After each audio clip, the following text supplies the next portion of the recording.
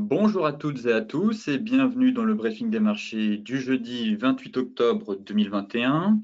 Alors hier, certaines personnes m'ont fait remonter certains soucis de son concernant le briefing des marchés. Effectivement, j'ai changé d'ordinateur entre-temps. D'habitude, je fais ça sur un autre PC. Là, j'ai fait ça sur un ordinateur portable et peut-être que le PC a pris le son du micro intégré et pas celui du nouveau micro que j'utilise habituellement. Donc j'espère que cette fois-ci, la qualité d'écoute sera agréable tout au long de cette émission. Avant de débuter, je vous laisse prendre connaissance de l'avertissement légal sur les risques.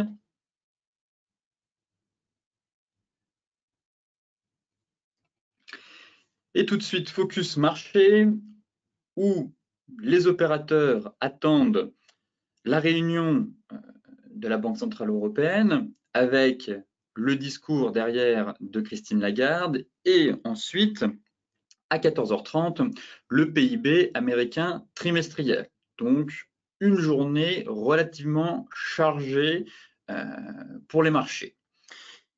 Hier, Wall Street a terminé en baisse, surtout le Dow Jones, le Nasdaq, bon, s'étant maintenu dopé aussi par certaines valeurs technologiques, dont Alphabet quand même et Microsoft, tandis que le S&P, lui, a décliné du fait de l'impact sur les secteurs cycliques, du déclin des prix du pétrole et de celui du rendement des bons du Trésor américain. Alors, au lendemain quand même de la publication de résultats trimestriels supérieurs aux attentes, on a eu Microsoft qui dit et qui a anticipé quand même un exercice en cours solide et qui prévoit aussi des révisions à la hausse sur les prochains trimestres, a progressé quand même de 4,2% pour s'établir à un nouveau record. Le géant de l'informatique a été quand même le principal catalyseur du S&P 500 et du Nasdaq. En parallèle, on a eu là aussi la maison mère de Google, Alphabet. Elle a elle aussi bondi de près de 5% après avoir fait état hier d'un bénéfice record pour un troisième trimestre consécutif dans le sillage de la croissance de ses recettes publicitaires. Donc très clairement, des techs qui n'ont pas déçu, qui étaient attendus au tournant, mais globalement des résultats extrêmement solides. Alors, profitant du repli du rendement des bons à long terme du Trésor américain, on a quand même le secteur des services de communication qui a été l'un des rares secteurs majeurs du S&P à terminer en hausse, étant donné que les rendements du Trésor, les rendements en tout cas des bons du Trésor américain à 10 ans, a reculé pour la quatrième séance consécutive, enregistrant son plus important repli depuis le 13 août. Donc forcément, on avait vu quand même, lorsque les taux américains commencent doucement à se replier, cela profite généralement aux valeurs de croissance, dont les valeurs technologiques. Et lorsqu'on a une accélération de ces rendements comme on avait eu il y a encore quelques semaines, eh bien, les valeurs technologiques avaient été pénalisées et au contraire, on avait eu une rotation sectorielle en direction des valeurs dites value et notamment des bancaires. Alors, la solidité des résultats annoncés en ouverture de la saison ont contribué à porter cette semaine le S&P et le Dow Jones vers des records, les investisseurs ayant été globalement rassurés sur les capacités des entreprises à faire face à la pénurie de main-d'œuvre, à la hausse des coûts et aux problèmes surtout dans les chaînes d'approvisionnement.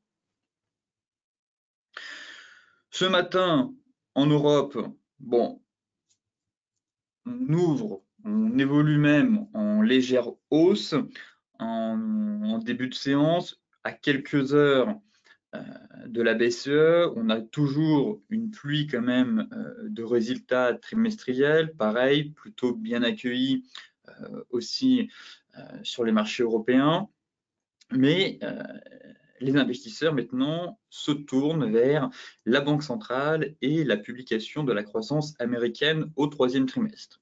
Bon, on n'attend pas grand-chose de Christine Lagarde lors de son, très clairement lors de son discours. un statu quo sur la politique monétaire est attendu très clairement de la part de la BCE à 13h45. Et les investisseurs vont finalement surtout surveiller les propos de sa présidente, Christine Lagarde, et notamment sur l'inflation. C'est vraiment cet élément-là qui retiendra l'attention lors de sa conférence de presse qui débutera à 14h30. Donc là, c'est principalement sur ce thème-là qu'a attendu Christine Lagarde, sur la poussée inflationniste qu'on a actuellement un peu partout dans le monde, aussi en zone euro. Bon, on connaît déjà un peu le discours de Christine Lagarde. Selon elle, l'inflation, comme la plupart des banquiers centraux, est transitoire. Néanmoins, elle va devoir tenter de rassurer les marchés sur cette poussée inflationniste pour derrière, justement, ne pas être obligé de mettre un tour de vis, si vous voulez, dans sa politique monétaire qui est déjà ultra accommodante. Forcément, si l'inflation n'est pas transitoire, la BCE devra elle aussi procéder à un tapering et derrière, potentiellement, commencer à étudier, à relever les taux. Alors, comme je vous le disais, après, on a aussi un autre grand rendez-vous, c'est la publication à 14h30 de la première estimation du produit intérieur brut des États-Unis au troisième trimestre. Et globalement, le consensus Reuters table sur une croissance de 2,7% après 6,7% sur la période précédente. Donc, effectivement, là encore, un retour à la normale, une croissance quand même plutôt bonne, mais bon, on est en fin de reprise économique, hein, très clairement. Quand le dernier trimestre, on enregistrait 6,7%, là, on attend maintenant seulement, j'ai envie de dire, 2,7%. Pareil, on est en fin de reprise économique et ce qui inquiète en tout cas les investisseurs, c'est ce fameux risque de stagflation, à savoir une croissance un peu faible, voire molle, et en parallèle, une inflation élevée. Donc là, ça aussi, ça va être un thème qui va sûrement animer les marchés à partir de début 2022, notamment. Là, on est toujours un peu dans l'euphorie de la reprise haussière, des bons résultats qui sont relativement solides malgré les pénuries de manœuvres de puces électroniques ou dans les chaînes d'approvisionnement. Mais derrière, les marchés sont toujours dans l'anticipation. Et effectivement, les prochains trimestres pourraient s'avérer plus compliqués pour les marchés, notamment si l'inflation n'est pas transitoire et qu'on assiste à un retour à la normale, donc une croissance plutôt faible, voire molle, en Europe ou aux États-Unis. Côté macro, ici nous avons le fameux club très fermé des 1000 milliards de dollars. Donc on a Tesla justement qui a dépassé cette semaine cette barre symbolique. Facebook a justement cédé sa place à Tesla. Et ici, vous avez les plus grosses capitalisations boursières de la planète. Et en première place, on a quand même Apple, avec quasiment 2500 milliards de capitalisation boursière, suivi de Microsoft. Et finalement, c'est Saudi Aramco qui prend la troisième place. Je pensais que Saudi Aramco, je vous avais évoqué cette société cette semaine, mais je pensais que la société était deuxième au niveau du classement, et finalement, non, c'est bien Microsoft qui a pris la tête, enfin qui est juste derrière Apple. Globalement, ce graphique est quand même impressionnant. On constate très clairement que c'est uniquement des valeurs américaines, quelques valeurs chinoises aussi. Mais sinon, globalement, c'est le marché américain, la locomotive de l'économie une fois de plus. C'est sûr que si on regarde dans le CAC 40, les plus grosses valeurs, elles pèsent entre 200 milliards, il me semble. Je crois que c'est le VMH qui doit peser 200 milliards ou 250 milliards de capitalisation boursière. On est quand même très très loin derrière Apple, Microsoft, Alphabet, Amazon. Ici, c'est vraiment des bulldozers, des grosses valeurs. Ça permet un peu de vous situer sur ces valeurs, où est-ce qu'elles sont au niveau de leur classement.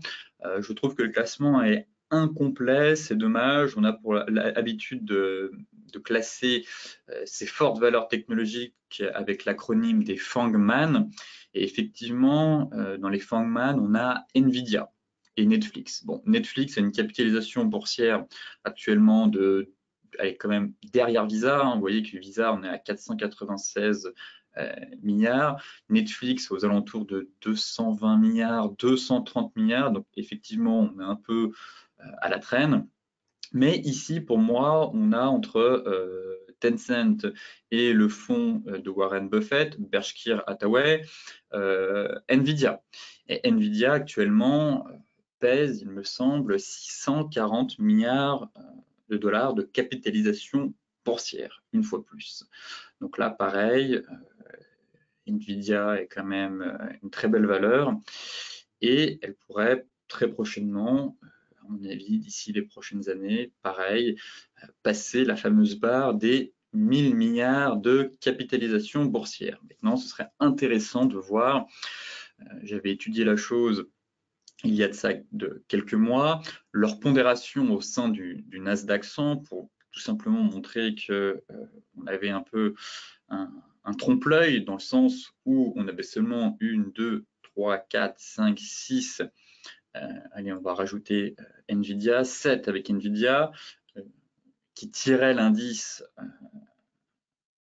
à la hausse très clairement, étant donné que ces 7 valeurs, il y a de ça quelques mois, pesaient, représentaient en tout cas, il me semble, entre 51 et 54% de pondération au sein du Nasdaq 100. Donc on avait 7 valeurs qui pesaient, qui représenteraient plus de la moitié de l'indice. Donc forcément, c'est ces valeurs-là qui tiraient à la hausse le Nasdaq. Aujourd'hui, elles ont encore accélérer leur progression et ce serait intéressant de voir finalement leur pondération au sein du Nasdaq 100 et aussi au sein du S&P 500. Il me semble qu'on avait atteint un pic dans le S&P 500 aux alentours de 25 ou 27%, ce qui est relativement énorme, étant donné que là, pareil, pour le coup, seulement 7 sociétés sur un ensemble de 500 sociétés pèsent à elles seules un quart du S&P 500,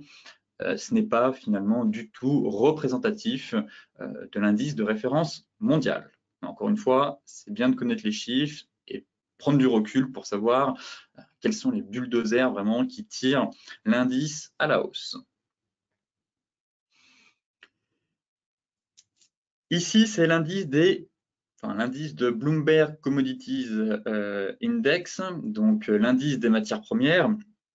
Et la question maintenant est de savoir si on a, comme on dit dans les crypto-monnaies, comme certains le disent, un to the moon, donc objectif lune, ou un fade breakout haussier. On a eu un beau repli, on a une détente quand même sur l'ensemble des matières premières. Hier, on a le pétrole qui a bien corrigé. On s'est aussi détendu, on s'est pas mal replié sur le charbon en Chine. On avait quand même une hausse quasi parabolique. Et on observe très clairement depuis quelques jours, donc là c'était le top, ce graphique est en date du 25 octobre, et depuis on a eu quand même, on assiste en tout cas à un repli sur les matières premières, notamment, comme je vous le disais, le secteur pétrolier là depuis 2 jours. Hier on a eu une belle correction, on fera le point graphiquement juste après.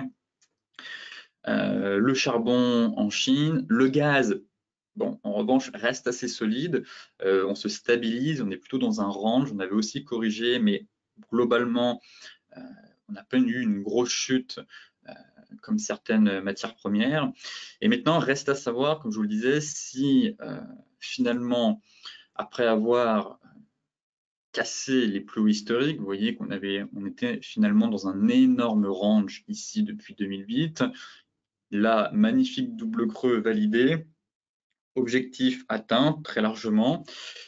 Et le repli sur lequel, du moins qu'on assiste, enfin le repli qu'il y a actuellement sur les marchés, finalement, est-ce un breakout avorté ou juste un repli, un marché qui a besoin de reprendre son souffle avant de repartir. Donc là, très clairement, c'est un graphique que je vais suivre de près durant les prochains jours et les prochaines semaines pour éventuellement déterminer si oui ou non on va assister à une accalmie sur les matières premières ou au contraire c'est juste une phase de respiration, auquel cas la hausse devrait se poursuivre et derrière forcément alimenter les craintes inflationnistes. Voilà comment on peut étudier ce graphique, mais techniquement le graphique plaide en tout cas pour une poursuite de la hausse. Étant donné qu'on était dans un range, on a eu une sortie par le haut. Bon, eh bien, si on effectue un pullback, derrière, le marché devrait poursuivre son fameux rallye qui est quand même assez fulgurant et ascensionnel. Néanmoins, effectivement, comme je vous le disais, si on repasse sous ce fameux gros niveau technique, eh bien dans ce cas-là, on aurait un breakout avorté et potentiellement une détente enfin sur les matières premières, ce qui permettrait derrière aux opérateurs d'être rassurés sur la poussée inflationniste qui est alimentée par cette hausse maintenant depuis plusieurs semaines, voire plusieurs mois.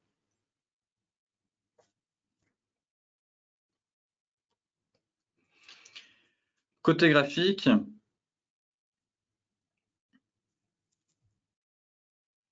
le CAC 40 bon, est toujours bien orienté à la hausse. Le TP de la semaine a été atteint. Si vous êtes à l'achat, tant mieux. Sinon, eh bien, attendez le discours de Christine Lagarde avant d'opérer sur les marchés. Mais force est de constater que ça reste haussier et qu'on est en train de casser la fameuse résistance des 6780 points. Donc derrière, si ce niveau cède sous la pression acheteuse, eh bien, l'objectif reste le même, inchangé, comblement du gap aux alentours des 6865, 6886. Bien évidemment, à court terme, rien à faire. On ne se positionne pas juste avant un discours de banque centrale. Là, c'est plutôt de la gestion de position pour celles et ceux qui se sont positionnés avant. Et effectivement, on remonte les stops, on espère que la résistance cède. Et si derrière, Christine Lagarde confirme tout ça cet après-midi et que c'est plutôt positif, eh bien dans ce cas-là, je verrai une accélération pour venir combler ce niveau.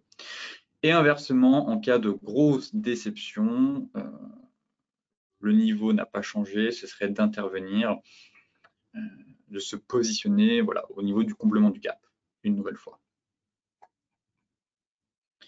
Ici, on a un beau gap à venir chercher. Si effectivement cette cassure est avortée et que le marché retombe, pour moi, il faudra chercher de nouveau des achats plutôt sur les 6685. On aurait la moyenne mobile 50 qui remonterait et derrière, on viendrait combler ce fameux gap. Le DAX. L'indice allemand, bon, plutôt pareil, toujours bien orienté à la hausse, hein, en données 4 heures, des plus bas et des plus hauts de plus en plus haut. On est un peu retombé depuis 2 séances.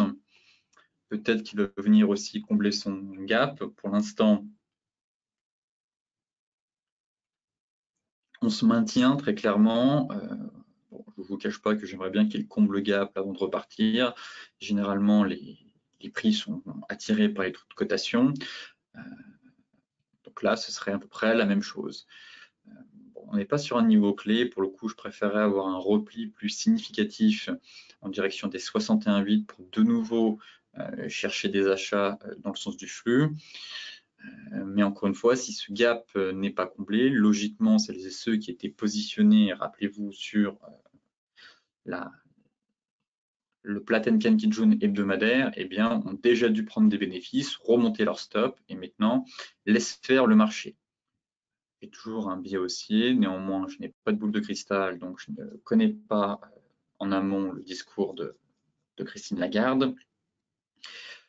Par conséquent,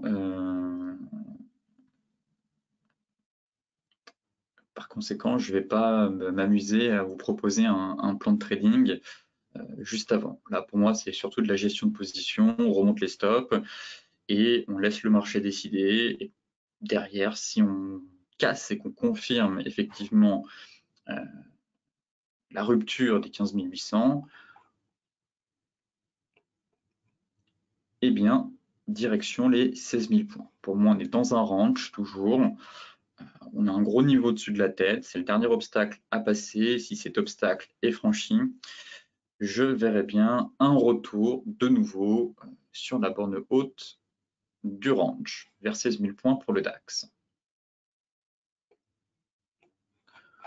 En données 4 heures, bon, rien à signaler, toujours soutenu par la Tenkan. Et puis, attendons maintenant patiemment le discours de Christine pour avoir plus de visibilité derrière. Le Dow Jones, par contre, là, le Dow Jones, ça me plaît pas tellement. On a vraiment eu un signal technique de retournement. Donc là, j'ai l'impression que la dynamique est cassée, si vous voulez mon avis. Pareil, j'attends de voir quel va être le discours, encore une fois, de Christine Lagarde, les chiffres du PIB. Mais forcément, quand je vois cette bougie Marubozu avec un gap haussier, un avalement, on casse les précédents plus bas, ça m'invite à la prudence. Très clairement, je n'ai pas envie d'être acheteur ici et bien au contraire, être vendeur sur rebond. Est-ce que l'Europe va surperformer derrière? En tout cas, cette bougie-là, c'est un pattern de retournement. Donc là, on a vraiment eu un signal baissier, on est venu enfoncer le support et derrière, on pourrait entamer un mouvement correctif. Donc là, pareil, pas de précipitation toujours. Certes, on a eu un chandelier baissier. Néanmoins, on a de gros catalyseurs à venir à 13h45 et à 14h30.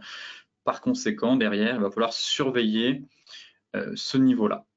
Si on repasse au-dessus de ce niveau, il y a quand même une probabilité que ce chandelier soit invalidé. Si derrière, on a des signes d'essoufflement vers ce niveau-là, il ne faudra pas hésiter à vendre le marché pour enfin entamer une correction avec un stop au-dessus des plus hauts. Mais là, le Dow Jones hier a un peu plié. On attend aussi toujours Apple qui doit publier ses résultats ce soir, il me semble, avec Amazon. Pareil, Apple est une valeur qui compose le Dow Jones. Pareil, si les résultats sont bien accueillis, on pourrait derrière invalider ce chandelier. Voilà pourquoi je suis un peu tiraillé techniquement. Oui, c'est beau. Après, d'un point de vue des fondamentaux, on attend le PIB, on attend le discours de Lagarde et Apple doit encore publier. Donc, tout peut se passer et on peut très bien invalider ce chandelier. Pour moi, le pivot clé, c'est les 35 630. On va basculer tout de suite sur les futurs.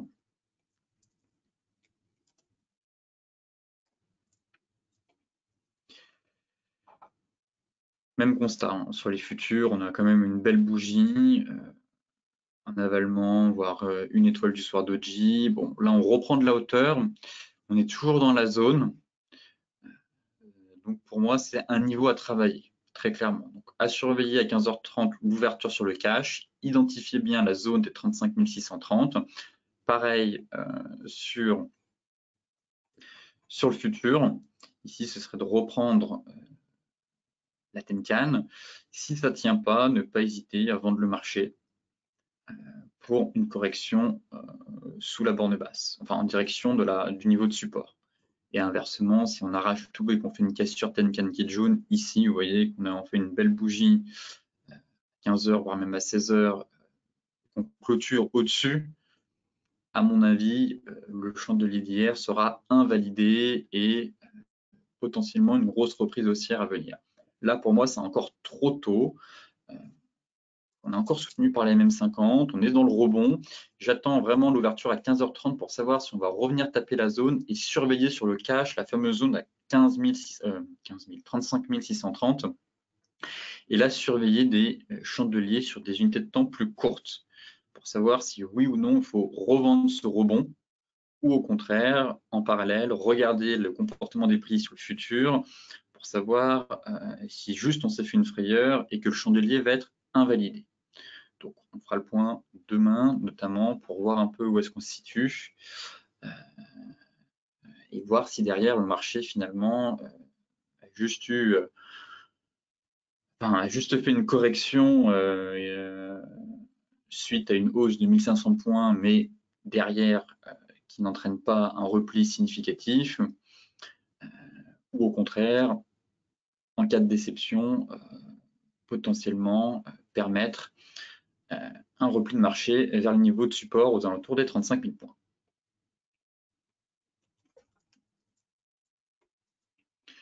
L'euro, même constat pour l'euro-dollar. Pas de plan de trading, en tout cas, trop tôt. Pas de trading casino. On veut aussi éviter les portes de saloon. Peut-être que certains ont vendu l'euro-dollar suite à l'avalement baissier, mais vous voyez que on n'a pas de marge de manœuvre suffisante pour mettre le stop à break-even. Si vous étiez vendeur ici, eh bien, il est déjà sur votre prix d'entrée. Techniquement, comme je vous disais hier, le sentiment qu'on est dans une fin de rebond, on est repassé sous le fameux support des 1,1620 avec un avalement baissier en plus lundi, avec en plus un gap haussier. Donc là, on a vraiment eu un bel avalement baissier sur le Forex, étant donné que les gaps sont assez rares sur le marché des changes. Et par conséquent, difficile d'être haussier, de continuer à être haussier, comme je l'ai été avec cet avalement et cette divergence, face à cette bougie qu'on a eue en début de semaine. Maintenant, tout est possible.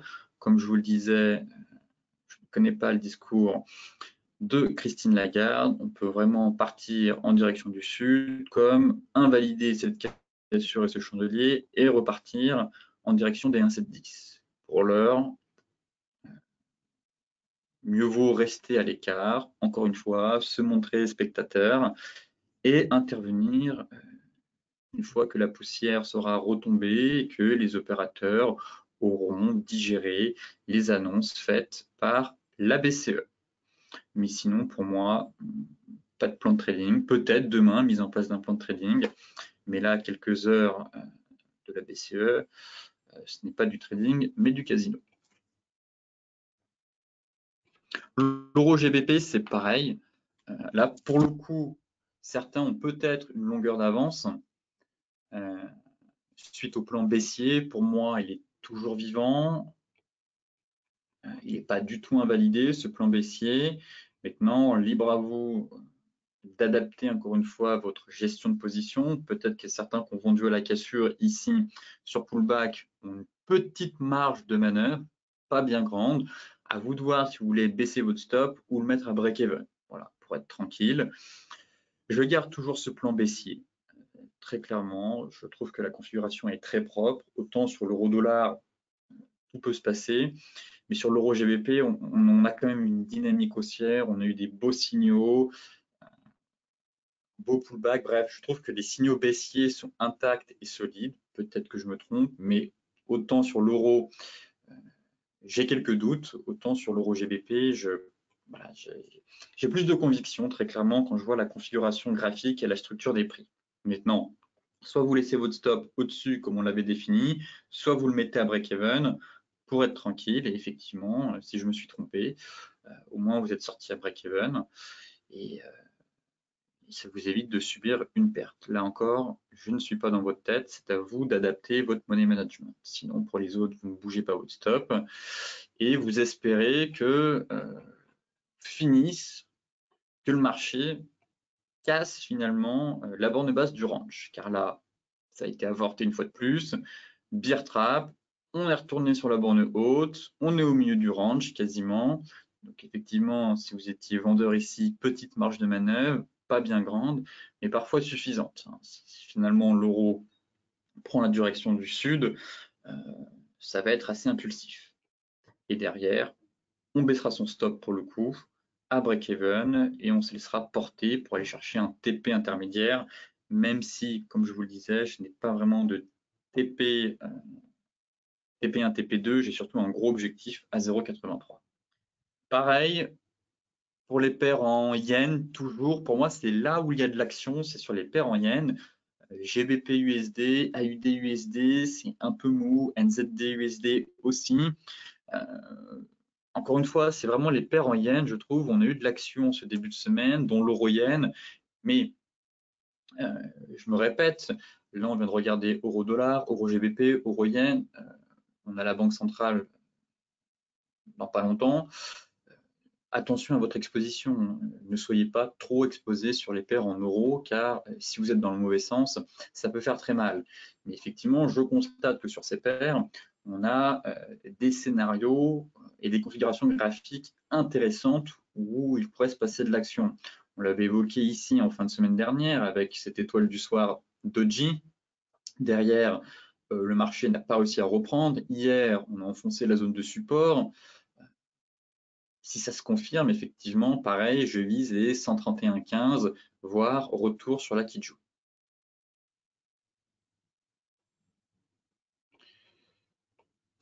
Le NZD Yen aussi, toujours.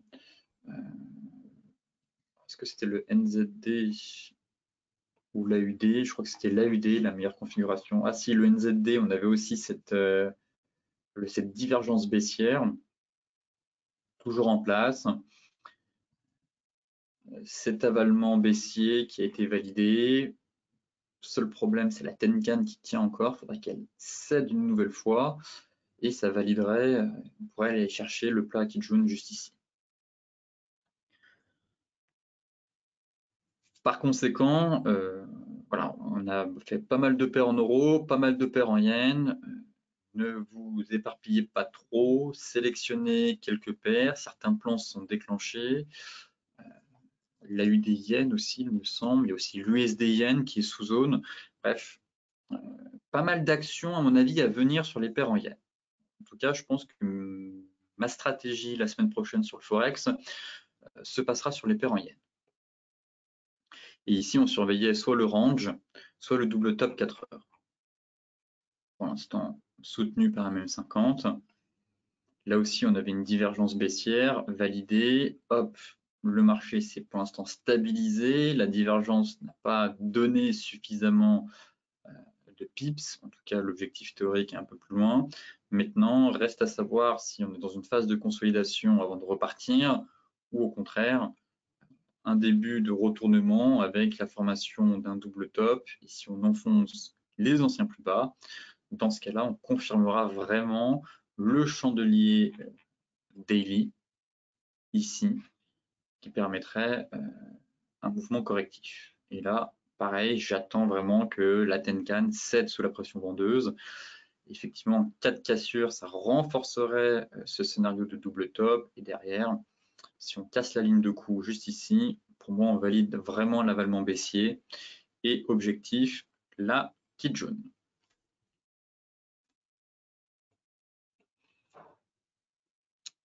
Le gold. Alors, le gold, j'attends pas grand-chose, si ce n'est sa réaction si Christine Lagarde s'exprime sur l'inflation. Le gold devrait logiquement réagir face à des perspectives ou un discours sur l'inflation. Pareil, ça reste haussier. Donc tout va se jouer ici. En données 4 heures, c'est positif, toujours. On est à l'intérieur de ce canal haussier. Donc pas d'inquiétude et invalidation du plan haussier effectué en début de semaine si cassure sous zone. Donc là maintenant, on avait évoqué deux stratégies. Pour rappel, la première, rentrer, splitter en tout cas sa position en deux, rentrer une première position suite à la clôture au-dessus de la zone et derrière surveiller la clôture weekly. Et si on a une clôture weekly au-dessus de MM50, au-dessus de Kijun, dans ce cas-là, remplir la position restante pour maîtriser son risque, encore une fois. Et l'autre stratégie, c'était tout simplement d'attendre la clôture weekly et confirmer ce signal technique haussier si clôture weekly en fin de semaine au-dessus de MM50 et Kijun pour aller chercher 1830 et 1850. Là, à court terme, ça semble en tout cas plutôt bien parti. On est toujours à l'intérieur de ce canal H4, mais ce qui me dérange, moi, c'est ce gros niveau qu'on a juste au-dessus de la tête. Et si derrière, c'est confirmé qu'on le casse, ce sera vraiment de bon augure pour la suite. Et donc, je viserai 1830, 1850. Après, libre à vous, encore une fois, en fonction de votre profil et de votre gestion du risque, d'opter soit pour la stratégie 1, soit pour la stratégie 2. Le Brent, finalement, qui a décroché hier, la divergence a été validée. Peut-être que certains l'ont joué. On a cassé la Tenkan en clôture, ça c'était un bon point. Au moment où je faisais le briefing hier, on n'avait pas encore cassé la Tenkan. Peut-être que certains ont attendu la cassure Tenkan pour prendre cette divergence baissière. Ne soyez pas trop gourmand, ça reste quand même extrêmement solide, le secteur pétrolier. Là, j'ai pas envie de m'emballer, me dire c'est bon, on a le retournement de marché, le marché va corriger. Bien au contraire, j'ai même plutôt envie de chercher des achats sur repli.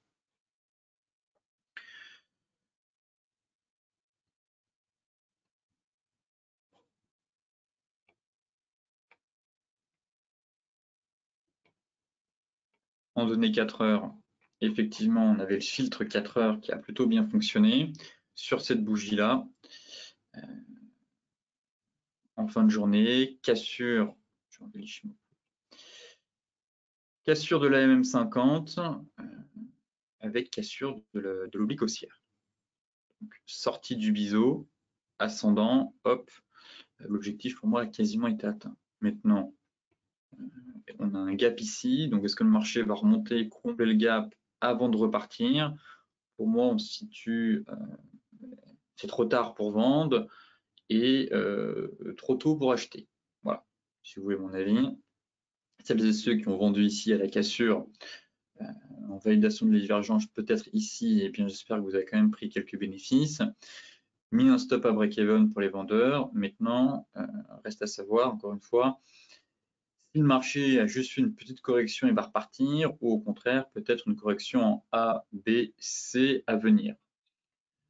Comme je vous le disais, trop tôt pour acheter, car pour moi, on est sous une zone, enfin, on est dans la zone, donc là, j'attendrai un niveau plus bas. Vendre, même constat, il fallait vendre un peu plus tôt. Sauf si on fait cette correction en ABC, qu'on vient combler le gap avant de repartir. Mais là, très clairement, j'ai une zone d'achat qui va m'intéresser sur le WTI vers les 80 $. 80, 80,58. Donc là, pour celles et ceux qui sont déjà en position à la vente, eh bien, laissez courir le trade dans l'espoir que le marché aille un peu plus bas. Pour les autres, attendez un repli, en tout cas sur MM200, voire sur la zone de support juste ici. Enfin, c'est le gros niveau qui va m'intéresser pour la suite. Et c'est là où j'aimerais intervenir pour proposer un plan de trading. Le light, alors le light, pareil, il a corrigé, mais on est déjà sur un niveau clé.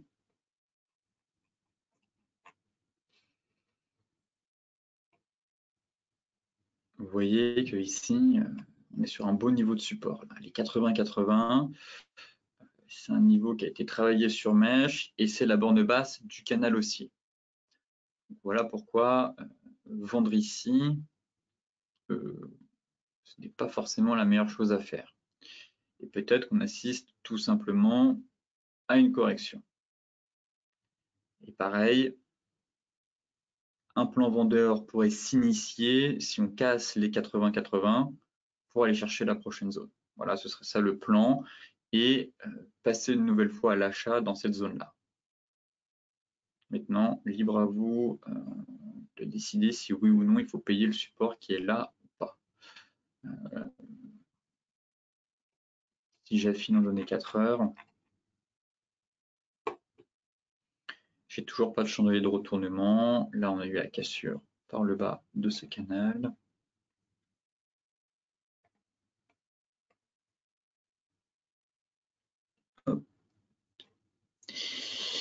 Et ici, on est sur un gros niveau de support. Donc là, à surveiller. Pour moi, c'est encore un peu trop tôt pour prendre une décision. On n'a pas suffisamment d'informations d'un point de vue des chandeliers. Mais un plan vendeur peut se mettre en place en cas de cassure de ce double niveau de support pour aller chercher derrière la zone. Et ici, chercher des achats. Sinon, encore une fois, à affiner si oui ou non on fait un double creux et peut-être avoir un bon point d'entrée si on a juste un repli de marché de courte durée. Voilà mon opinion sur le Brent. Pour l'instant, rien de dramatique. En tout cas, on assiste juste à un léger repli, mais j'envisage pas un retournement majeur. Plutôt le sentiment que le marché a besoin de souffler, de respirer, et qu'au contraire, j'ai plutôt envie de mettre à profit les gros niveaux de support pour profiter de la dynamique haussière qui est actuellement en place sur le secteur pétrolier. Les cryptos avec le Bitcoin. Encore une fois, le pire n'est pas certain. Comme je vous l'expliquais hier en introduction, en observant la capitalisation boursière des crypto-monnaies, on était sur un gros niveau de support. Vous voyez déjà sur les réseaux des tweets alarmistes avec des prévisions à 41K pour le Bitcoin, l'Ethereum retour à 2000 $. Bref, un peu des absurdités, étant donné que le marché, pareil, a besoin de respirer, de consolider. On a eu quelques ventes assez violentes, des mouvements assez brusques, mais les zones n'ont pas été enfoncées, les gros niveaux de support sont préservés. De ce fait, il ne faut pas céder à la panique, il faut tracer les zones pour intervenir sereinement sur le marché. Donc, hier, en données 15 minutes, j'évoquais avec vous la petite divergence haussière ici, sur le bas de la zone. Donc logiquement, certains d'entre vous se sont peut-être fait une frayeur, mais si le stop était bien placé sous le plus bas, sous l'excès baissier qu'on a ici, logiquement, vous êtes toujours dans le trade. Ça a fonctionné, la divergence 1 heure a fonctionné, on a une sortie par le haut, vous pouvez prendre des bénéfices, et pour les retardataires, il y avait même, ce matin, je crois, voilà, une belle divergence haussière H1, juste ici. De nouveau, deux divergences, hier vers 14 heures, qui a indiqué très clairement le point bas, et ce matin, bel avalement haussier en horaire, enfin, ce matin, il fallait se lever tôt, mais finalement, c'était possible de rentrer sur cette divergence jusqu'à 9 heures. Bel avalement haussier, divergence validée, on a retracé les 50% de la dernière vague de baisse. Voilà. Donc là, pour moi, un objectif majeur a été atteint à court terme, 50%. Si vous êtes positionné ici ou sur la divergence 15 minutes, eh bien, vous remontez votre stop, break-even, prenez une partie des bénéfices et maintenant, vous attendez, car on est potentiellement dans un fanion, comme ici.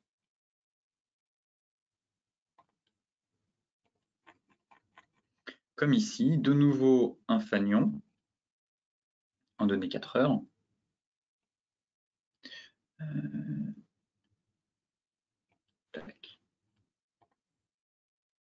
Voilà. Mais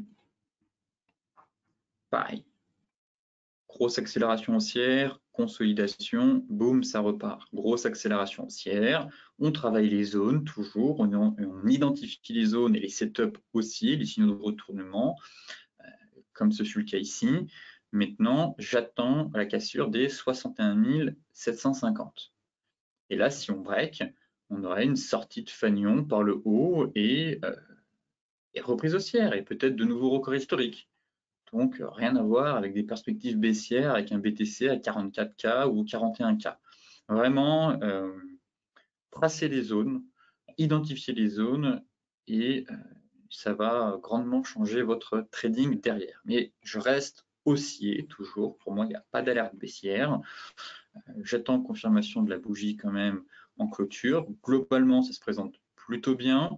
Et si en plus, en parallèle, on fait une clôture daily au-dessus des 61 900, 750, eh bien, ce sera très clairement une bonne chose pour la suite avec la probabilité d'inscrire un nouveau record. Si on prend l'Ethereum, pour le coup, sur l'Ethereum, la divergence 15 minutes a dysfonctionné. Effectivement, sur le BTC, elle a plutôt bien marché. On avait aussi une divergence 15 minutes dans la zone. Bon, on a eu un excès baissier durant la nuit, histoire de venir faire la chasse au stop, très clairement. Dommage. Mais c'est reparti. C'est reparti, pas de divergence haussière, mais on voit, voilà, on avait ce fameux range 4 heures et on a eu un bull trap avec réintégration du range. Je vous rappelle, on évoquait ce fameux range 4 heures à travailler et effectivement, en données 4 heures durant la nuit, on a eu un bear trap. L'Ethereum consolide dans un range entre 3950 et 4230. Derrière, dommage d'avoir eu un bear trap, histoire de venir chasser les stops qui étaient un peu trop près, mais finalement, ça repart. Et là, pas d'inquiétude baissière aussi sur l'Ethereum. Phase de consolidation à l'intérieur d'un range. La tendance qui précède le range est haussière. De ce fait, la probabilité est plus importante d'avoir une sortie par le haut que par le bas. Par conséquent, le signal technique de reprise haussière sera donné à la cassure en clôture des 4230. Et là, on pourra aller chercher 4006. Donc, si certains d'entre vous cherchent à se positionner, soit, bien évidemment, c'est sur la borne basse, mais là, c'était un peu compliqué, alors que sur le BTC, c'était quand même très propre. Et ici, il faudra attendre la cassure de la borne haute des 4230 pour repartir dans cette dynamique haussière. Pareil, la clôture hebdomadaire et mensuelle à venir en fin de semaine nous donneront nous donnera plutôt beaucoup d'indications sur la direction à venir des prix.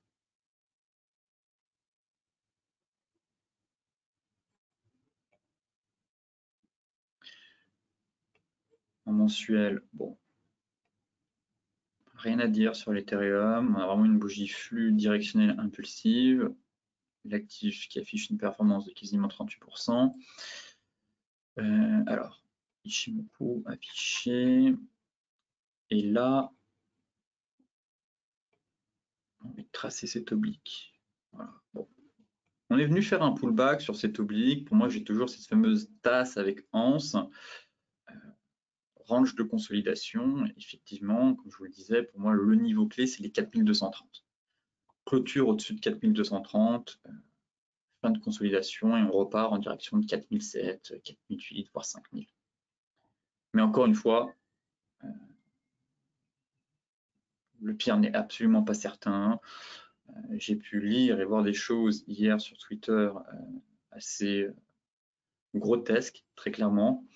Voilà pourquoi je vous invite uniquement à tracer vos zones, les bien les identifier et vous verrez que votre stratégie, vos plans de trading seront bien plus clairs. Il vous évitera de vous faire biaiser par le bruit des réseaux sociaux, très clairement. Sur ce briefing des marchés touche à sa fin. Comme d'habitude, je vous souhaite une excellente journée, de très bons trades. Soyez prudents sur votre exposition, notamment avec le discours de Christine Lagarde à 14h30 et en parallèle la publication des chiffres du PIB trimestriel. Voilà, adoptez une bonne gestion du risque. Ne soyez pas trop exposés non plus sur les marchés. Et puis, je vous dis rendez-vous donc demain pour faire de nouveau un point complet sur la planète finance.